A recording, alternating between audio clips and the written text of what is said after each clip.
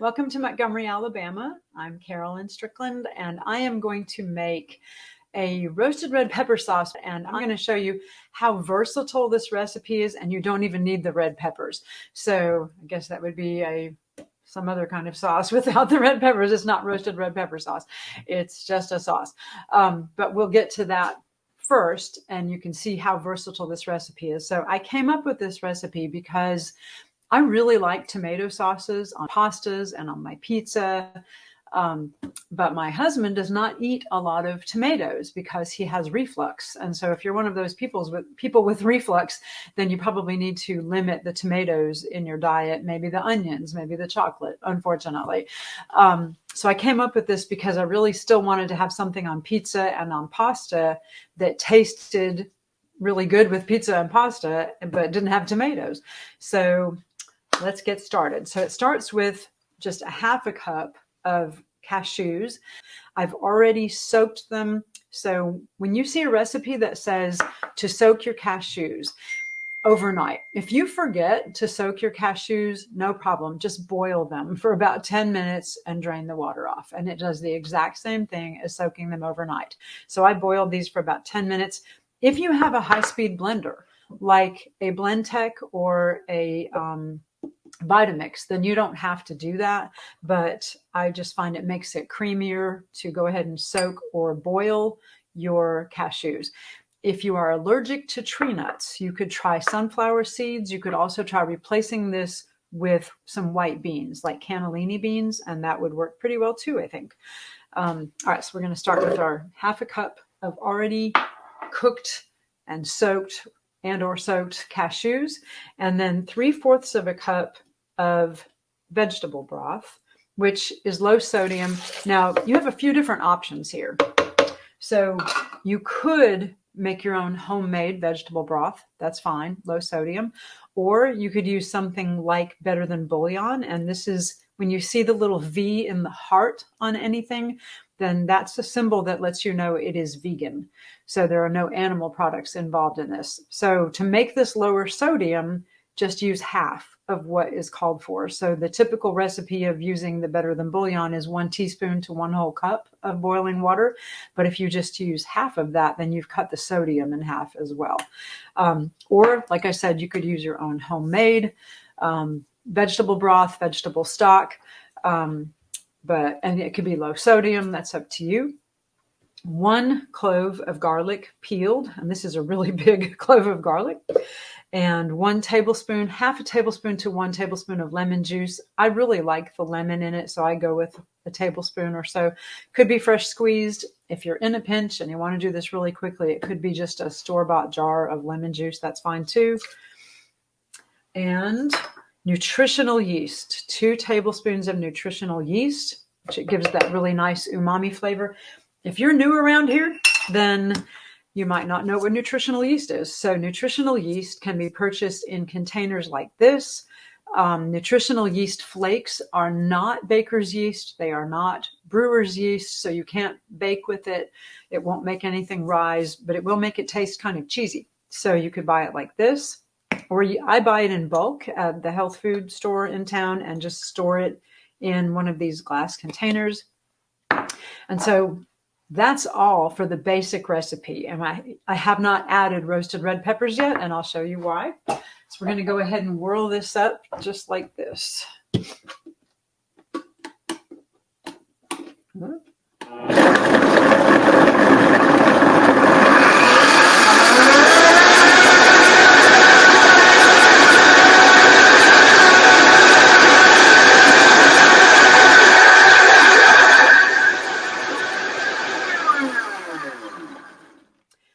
So you can just stop right here with it if you want to. And if you do not want the roasted red peppers, you don't have any roasted red peppers, but you want a white creamy sauce, then this is a great sauce to use in place of something that when I was little, my mother would make casseroles and dishes with what she called white sauce. And I think that a traditional white sauce, if you look in an old Betty Crocker cookbook, I'm pretty sure a traditional white sauce is basically just butter melted and flour and milk. And so when I was little, we had casseroles and things that had a traditional white sauce. So this could be your white sauce, and use it in casseroles, that kind of thing. It's very, very savory and delicious, just like this. And you could leave it just like this and use it on a lot of different things. Anything that you would use a traditional white sauce for, like in a casserole. If you wanted it a little thicker, then just put less vegetable broth, or maybe a few more cashews, or add a few spoonfuls of white beans. And it's a nice, thick, creamy white sauce. So to make it into the roasted red pepper sauce, all I'm doing is adding a half a cup of roasted red pepper pieces. And you can roast your own red peppers like Dilip showed earlier. Absolutely, you can roast your own red peppers.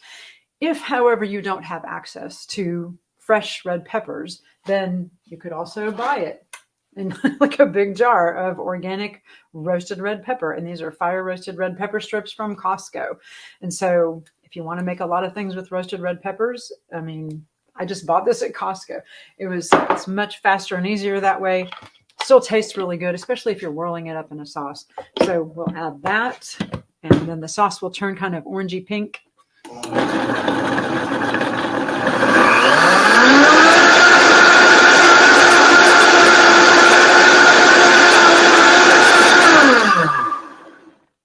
All right.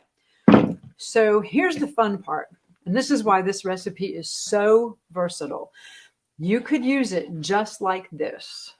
Or if you would like to amp up the flavor for different flavor profiles, this is where you can change what you're using it with. So you could use it just like this in a lasagna, or maybe drizzle it over a Buddha bowl or a grain bowl with roasted vegetables and beans and maybe some greens, and just drizzle it just like this. Wonderful. Or we use it on pizza a lot. And so what I will do is add some just Italian seasoning, maybe a teaspoon of Italian seasoning. And if you want to put it on pizza, maybe add a half a teaspoon of fennel seed. And that gives it a really nice pizza kind of flavor.